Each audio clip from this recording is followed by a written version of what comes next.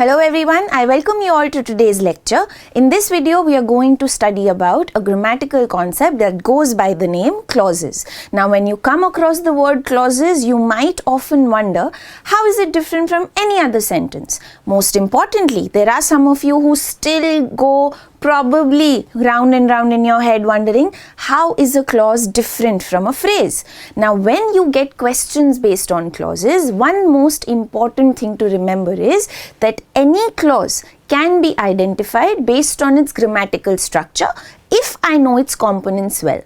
Most importantly, what do clauses really tell us about? Clauses are not really different from any other sentence, but they are somewhat different in nature of writing. So you may find a complete clause, you may find an incomplete clause, you may come across noun clauses, adjective clauses, adverb clauses.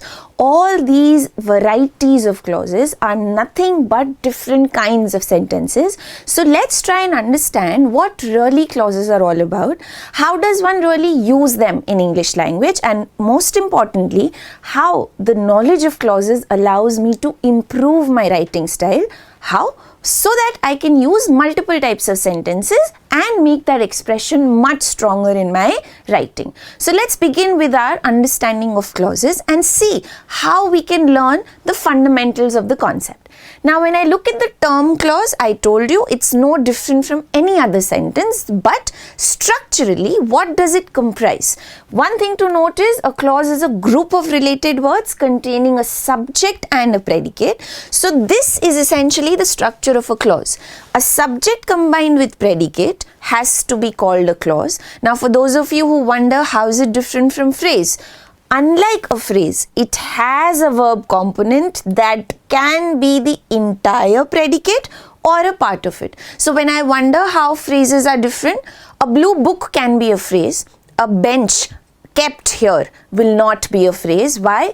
Because a bench kept here is a predicate carrying a verb component, but a blue book is just a group of words without a verb component. So when I look at these two sentences, I immediately notice that the first example, he wrote, carries one subject, one predicate. But when I move to the next example, a letter to his father does not carry a verb component. So this part is my phrase, but he is my subject. Wrote a letter to his father is an entire predicate. So the whole sentence becomes a clause. So every clause that carries a verb component and a subject component is also a sentence. It may have complete meaning, it may have incomplete meaning, but every time you come across a group of words carrying a verb, consider it as a clause.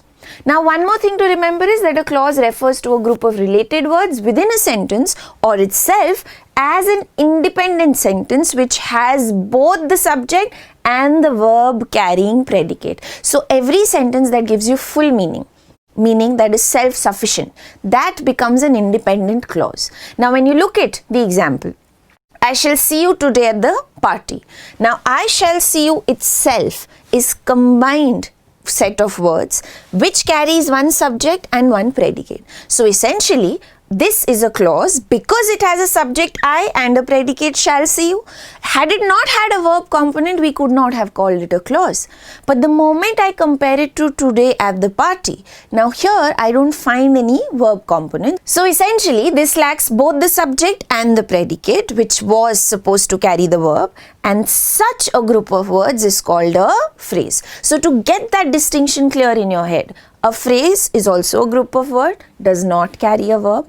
A clause is also a group of words but carries both a subject and a predicate carrying a verb component.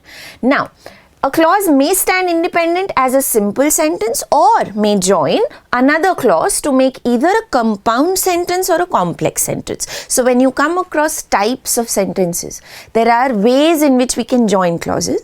A simple sentence carries one clause.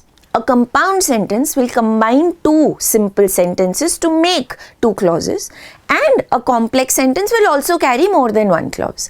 Now, a clause may also join a phrase to form a sentence. This is also a characteristic of clause. It's not always compulsory that you join clauses to each other. You can join a clause to a phrase also.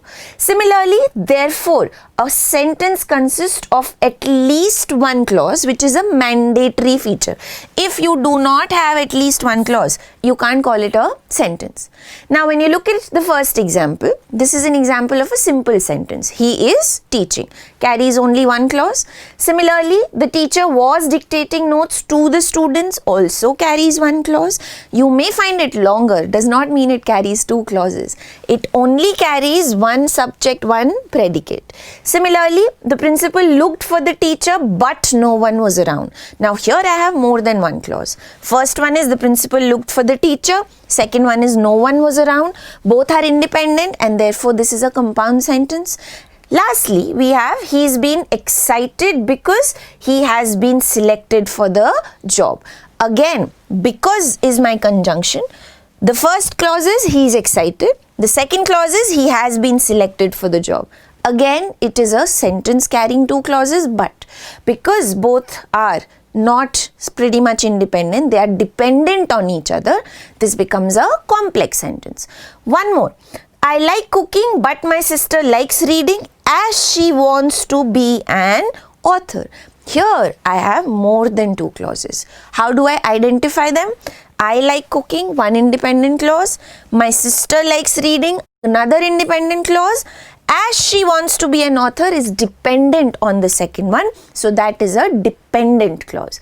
Now I know all these words would be difficult to remember unless you learn their classification. So let's proceed to the next segment and understand the types of clauses by identifying their nature. Let's look at the types in the next segment.